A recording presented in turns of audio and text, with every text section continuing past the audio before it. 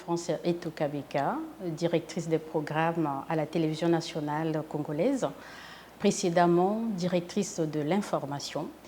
Je suis journaliste et en dehors de mon métier, de ma fonction, je suis aussi communicante parce que j'ai un diplôme en communication institutionnelle. À ce titre, donc, je joue le rôle de consulting et de formatrice dans les structures qui me contactent pour jouer ce rôle. Et je suis aussi, je vais dire, mère et puis femme. S'il faut qualifier mon parcours, je le dirais d'atypique, parce que je n'ai pas eu un parcours linéaire et ordinaire. Et ce qui me rend fière d'ailleurs, parce que c'est ce qui fait la particularité de ma personne. J'ai fait des études supérieures de langue vivante étrangère. Je ne sais pas si vous connaissez le principe, hein, donc la spécialité anglais. Donc j'ai fait mes études supérieures à l'université Marien-Ngouabi en anglais jusqu'à avoir la licence. Et comment j'arrive dans ce métier? Donc quand j'arrive à l'université pour faire ces études-là, mon ambition c'était de faire la communication. Et quand j'arrive dans le département qui était dédié à la formation des journalistes, et la première fois que j'accède aux salles de cours, j'étais effrayée par le nombre d'étudiants que je trouvais dans les salles parce que c'était infernal. Il n'y avait des fois pas de place pour s'asseoir. Et donc ça m'a découragée et j'ai changé d'option. Donc comme j'étais passionnée des langues également, parce qu'à l'époque je parlais très bien anglais, j'étais dans les clubs d'anglais à gauche et à droite. Et donc j'ai dit, bon, pourquoi ne pas aller s'inscrire en LVE?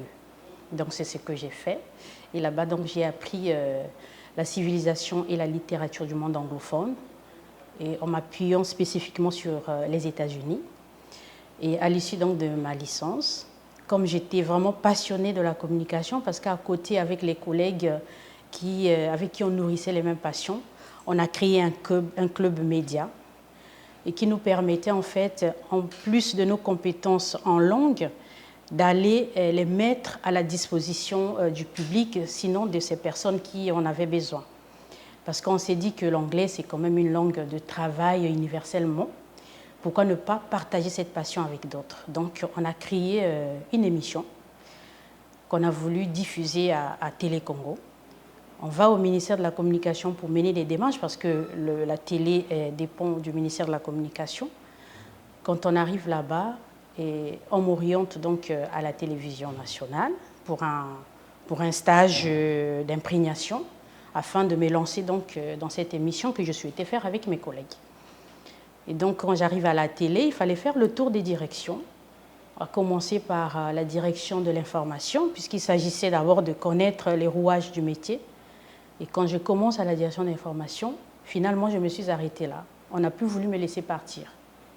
On n'a plus voulu me laisser partir parce que le staff que j'ai trouvé là, à ce moment-là, a estimé que j'avais des prédispositions en fait, pour vraiment avancer dans ce métier. Et ils m'ont encadré, ils m'ont orienté par rapport aux bases que j'avais d'abord personnellement et par rapport aux propositions que je faisais en conférence de rédaction, parce qu'on a jugé que j'étais vraiment force de proposition. Et donc, on m'a encouragée, on m'a orientée, jusqu'à ce que, au lieu d'aller présenter cette émission que je voulais faire avec mes amis, finalement, je me lance dans le métier et je l'apprends sur l'État. Le journalisme, déjà, là-bas, c'est la littérature. Hein. La littérature avait des connaissances dans ce sens.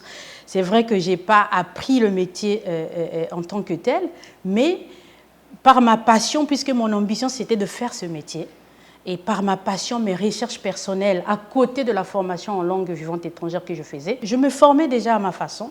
Et finalement, c'est arrivé naturellement. C'est arrivé naturellement et je me suis même étonnée parce que vous arrivez dans une grande structure comme Télé Congo. Et à l'époque, ce n'était pas n'importe qui qu'on trouvait sur les rédactions de Télé Congo. Il y avait des grands que vous connaissez, les Jean-Claude Kakou, les Jean Obambi, j'en passe, des calibres du métier qui arrivent à avoir du positif en vous et à penser que finalement, il y a de la matière, on ne peut pas la laisser partir, il faut bien qu'on l'ait avec nous. Vous voyez ce que ça fait? Oui, donc je travaille à Télé Congo, j'apprends à faire des reportages avec des grands qui étaient là. Et très rapidement, j'ai été responsabilisée comme titulaire parce que je suis partie très vite et j'ai commencé à faire mes reportages toute seule. Je me suis même équipée d'un matériel audiovisuel tellement j'étais passionnée parce que moi, c'était les reportages de terrain, les people. J'aimais vraiment les faire. Les séminaires ateliers, c'était pas mon truc. Moi, c'était vraiment les chiens écrasés. J'ai avancé dans ce domaine-là. Et jusqu'à ce que, 6 mois après, il fallait organiser un circuit fermé à la télé parce qu'il y avait l'ambition de renouveler l'équipe des présentateurs. Pas renouveler, mais c'est-à-dire rafraîchir un petit peu parce qu'on estimait qu'il manquait une touche de jeunesse à Télé Congo en termes de présentateurs. Et donc, à ma grande surprise, j'étais sélectionnée parmi ceux qui étaient choisis pour aller faire le circuit fermé. On passe le circuit fermé sur beaucoup de mois. Hein. Et à l'issue de l'émulation, je fais partie des gens retenus. Et quand on me programme pour la première fois sur le tableau du journal pour aller me présenter à l'antenne et faire le journal, c'est là où j'ai séché. Parce que j'ai eu peur, je me suis sentie effrayée. J'ai dit, mais non, c'est trop tôt. Parce que moi, ce n'était pas trop pour aller faire le journal, c'était dans le cadre de l'apprentissage. J'ai dit, bon, je passe un apprentissage, on circuit fermé, je vais voir comment ça se passe. Et de toute façon, j'en apprendrai. Et à ma grande surprise, finalement, ce qui arrive, c'était au-delà de ce que j'attendais, de ce que j'espérais. Et donc, je suis programmée. J'ai dit, mais non, non, non, moi, ce n'était pas pour aller présenter le journal tout de suite. Moi, c'est pour apprendre d'abord. Et comment ça arrive si tôt? Donc, j'étais effrayée et j'ai séché. Je suis restée 1 mois à la maison parce que je ne voulais pas passer au journal tout de suite. Je ne m'estimais pas encore prête. Mais la hiérarchie a pensé que ce n'était pas ce que je pensais. Il fallait bien que je passe au journal. Et finalement, elle a eu raison sur moi. Je me suis lancée jusqu'à ce que 6 mois après, je suis confirmée et on me lance maintenant au journal de 20 heures. Et quand je présente le journal de 20 heures, 1 année après, j'ai eu mon premier trophée en tant que meilleure présentatrice des journaux au niveau national. Ce n'était pas une tâche aisée. Déjà, il faut savoir qu'on n'arrive pas comme ça, on débarque pas comme ça et puis arriver à être responsabilisé pour gérer une grande direction comme la direction de l'information.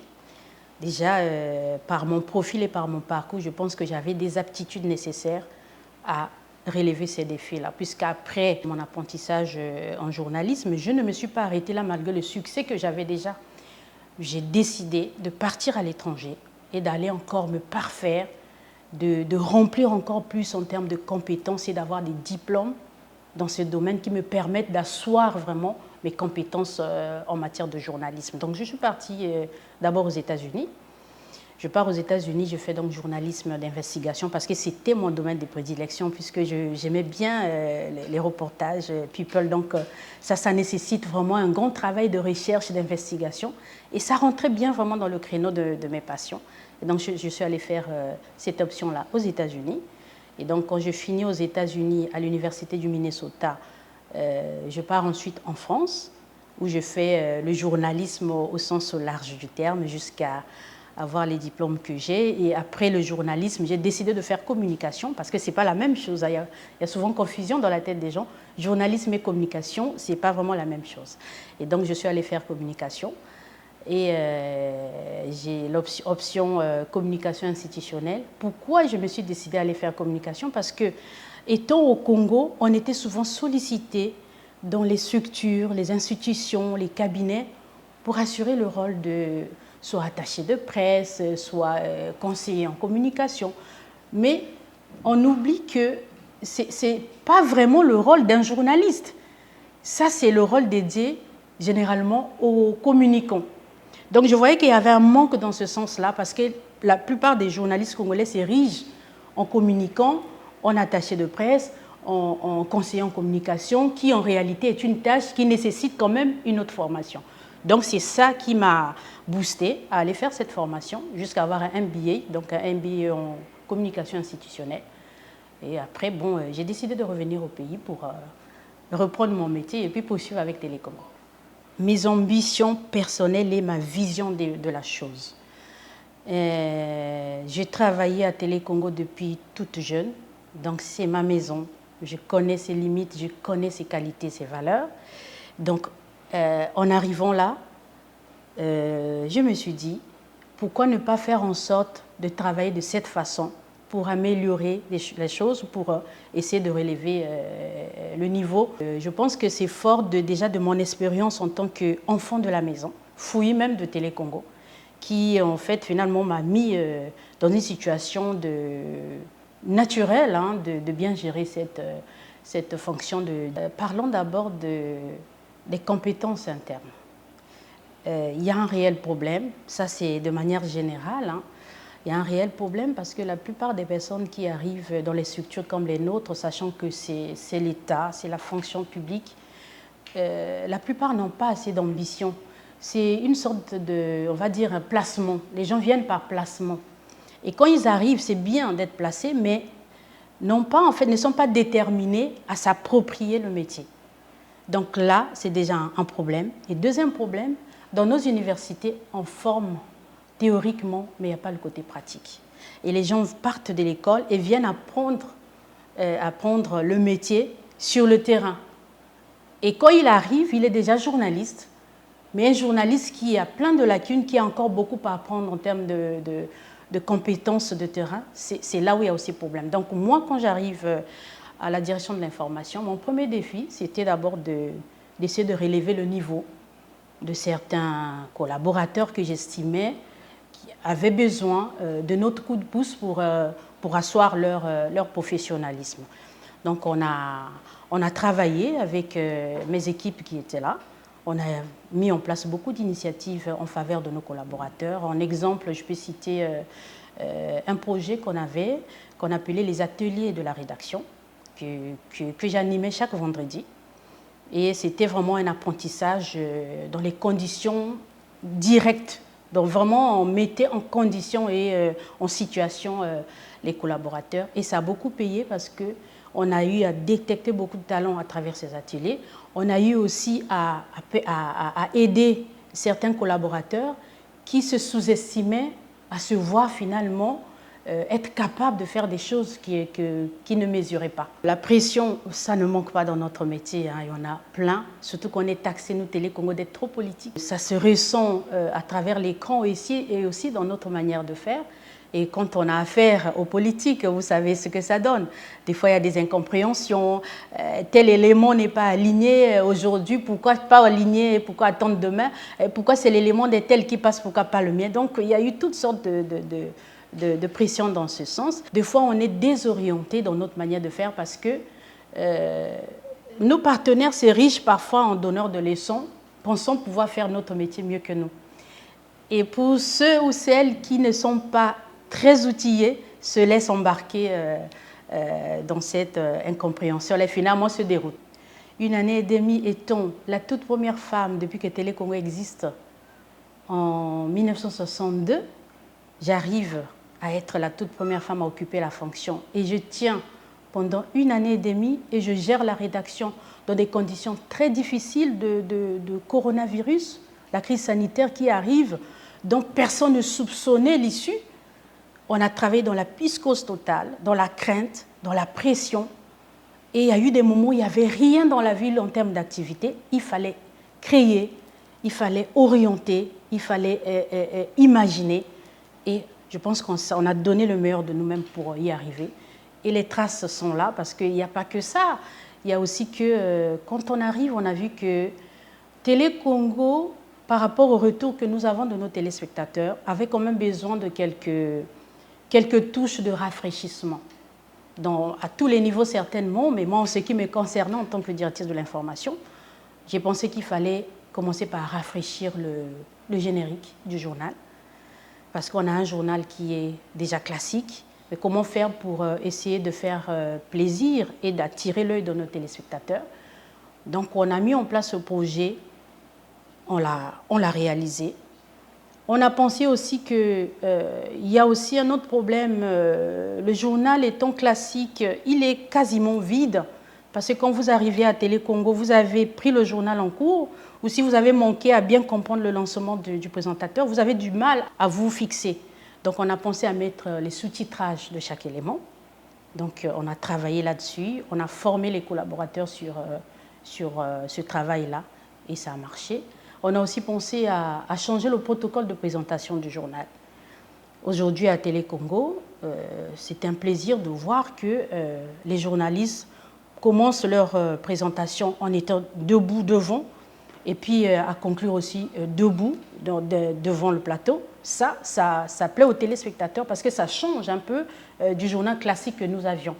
Donc voilà à peu près, de manière résumée, quelques initiatives qu'on a eues en place dans notre souci de parfaire les choses. Les programmes, ce sont donc les contenus, ce que vous voyez à l'antenne H24. Donc ça, c'est mon rôle de les gérer, de veiller à leur contenu, de voir et de travailler avec les collaborateurs sur l'amélioration de ces contenus qui aillent dans le sens de plaire à nos téléspectateurs, sinon de répondre aux attentes de nos téléspectateurs. C'est vrai qu'on n'y est pas encore arrivé, mais notre rôle en tout cas, c'est de travailler à offrir des bons contenus à nos téléspectateurs. Donc mon travail tous les jours, c'est d'élaborer le conducteur du jour, regarder le programme, à telle heure qu'est-ce qui va passer, à telle heure qu'est-ce qui ne va pas passer, qu'est-ce qui est prêt, qu'est-ce qui ne l'est pas, et ce qui est prêt, est-ce que le contenu est fiable. Donc ça, c'est mon rôle quotidien. Le problème, il est réel, hein, on ne va pas se le cacher. Nous, notre souhait est de voir que Télé Congo s'approvisionne en contenu qui satisfasse son public. Et comment arriver à atteindre cet objectif? Ça ne dépend pas que de nous. Nous avons des idées, nous avons la vision, les projections, mais le reste, Télé Congo est sous tutelle du ministère de la Communication. Télé Congo est une direction générale et le ministère de la Communication, c'est le gouvernement, donc l'État. Donc l'État est là pour nous accompagner et l'État a promis de faire beaucoup de choses sur Télé Congo. Et je peux vous rassurer que le travail qui se fait, les démarches qui sont menées au niveau du gouvernement ne vont pas décevoir nos téléspectateurs. Vous savez, c'est toujours pas facile d'être dans une structure qui dépend de l'État parce que vous n'avez pas le dernier mot. Vous venez avec vos propositions, mais ce n'est pas vous qui décidez. On souhaite simplement que notre hiérarchie qui nous comprend déjà, qui nous soutient et nous accompagne, aille jusqu'au bout de ce qui nous a été promis pour que réellement Télé Congo retrouve ses lettres de noblesse. Je ne suis pas du genre à se laisser faire, moi, parce que je prône le travail bien fait, mais en tout cas bien fait, et la compétence. Le mois de mars, moi je trouve qu'il y a eu beaucoup d'améliorations parce que hier, la célébration du 8 mars n'a toujours pas été faite de la manière dont on a vu cette année. On a compris que finalement, tout le travail de sensibilisation, de médiatisation, de communication que le gouvernement fait à l'endroit des populations a eu de l'impact. Les femmes, aujourd'hui, ont compris que ce n'est pas une journée de fête. C'est vrai qu'après, on a besoin d'aller fêter, se partager un pot entre filles, mais ce n'est pas d'abord ça. C'est une journée de réflexion, une journée qui nous permet de s'asseoir, de regarder ce qui a été fait, ce qui doit être fait et ce qui reste à faire. Parce que l'essence même de la journée du 8 mars, c'est une journée de revendication des droits de la femme. Et pourquoi revendiquer les droits de la femme? Parce qu'on estime que ces droits ne sont pas totalement respectés. Donc la femme doit entièrement entrer dans ses droits et cela passe par ce combat, ce travail, cette lutte que nous menons d'abord quotidiennement, hein, parce que ce n'est pas que le 8 mars que nous pensons à la valorisation de la femme, c'est tous les jours. Aujourd'hui, parlons du cas de Télé Congo, il n'y a jamais eu auparavant une femme directrice de l'information, jamais eu auparavant une femme directrice des programmes.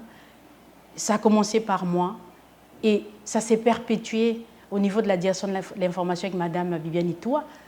C'est déjà quelque chose de gagné.